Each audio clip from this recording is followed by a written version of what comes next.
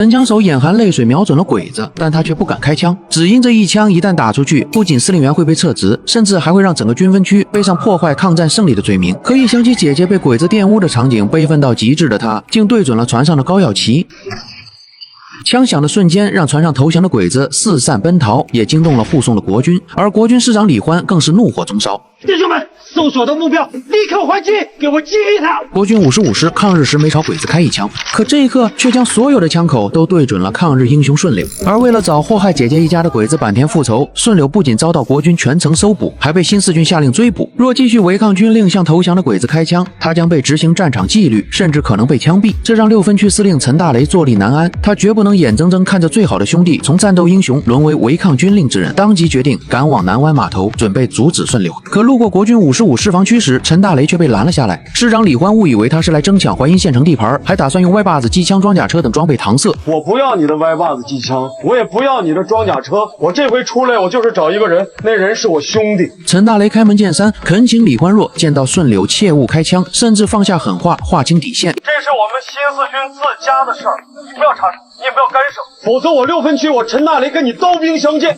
好。李歡當面爽快應允，可轉頭卻即刻變卦下令：如果發現那個新四軍，不管他是不是開槍，即刻將他擊斃。是。李歡這種兩面三刀的行徑，徹底坐實了他為仕途不擇手段的官僚本質。甚至為確保護送鬼子的任務萬無一失，李歡還調動了全師兵力，將碼頭300米範圍嚴密封鎖，妄圖斷絕一切變數。但他終究低估了順柳的復仇決心，更小覷了頂尖狙擊手的實力。順柳憑借爐火純青的偽裝潛伏技巧，迅速找到了一處高塔作為狙擊點位。等船一離岸，我們的任務也就完成了。就算這群鬼子在太平洋裡淹死，也跟我沒有半點關係。淹死就便宜他們了。照我看，淹個半死最好，讓那些魚吃個新鮮的。這段對話精準勾勒出兩人心性。李歡盡顯官場油滑，全然漠視鬼子死活，只重任務完成與仕途進階，視抗日為向上攀爬的籌碼。而成為漢奸的吳大巴拉這話也並非出於民族大義，而是被鬼子欺壓後的扭曲洩憤，更藏着投機者撇清過往、討好國軍的心態。與此同時，順柳已在高塔鎖定了仇人坂田，渴望着這個雙手沾滿家人鮮血的畜生即將安然歸國，他滿心悲憤。此刻他只需輕輕扣動扳機便可完成復仇，但翰林的叮囑卻在耳畔響起：新四軍是什麼人？天之驕子。順柳是什麼人？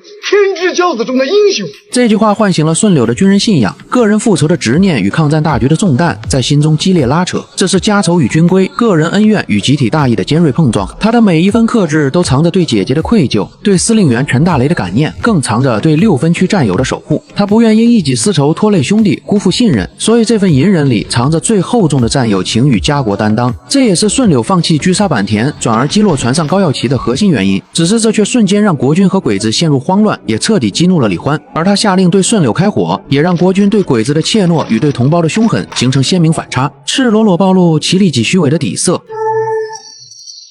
順柳接二連三擊落旗幟，讓李歡顏面盡失，就連船上的鬼子松井也借機厲聲質問：李歡，我們已經交武器了，你還有人直打黑槍，你還算军人吗？李歡的暴怒與松井的指責本質都是為掩蓋私心，前者怕丟前程，後者怕歸途生變。而這一切混亂的根源皆源於順柳既想復仇又不敢拖累6分區的矛盾選擇。他的每一次出擊都點到為止，可坂田的挑釁則徹底撕碎了這份克制。他帶頭唱起歌，用中國人打中國人的嘲諷刺痛順柳，而姐姐受辱的畫面瞬間再次衝破了順柳的心理防線，積壓的悲憤徹底爆發，憤怒的子彈終是破膛而出。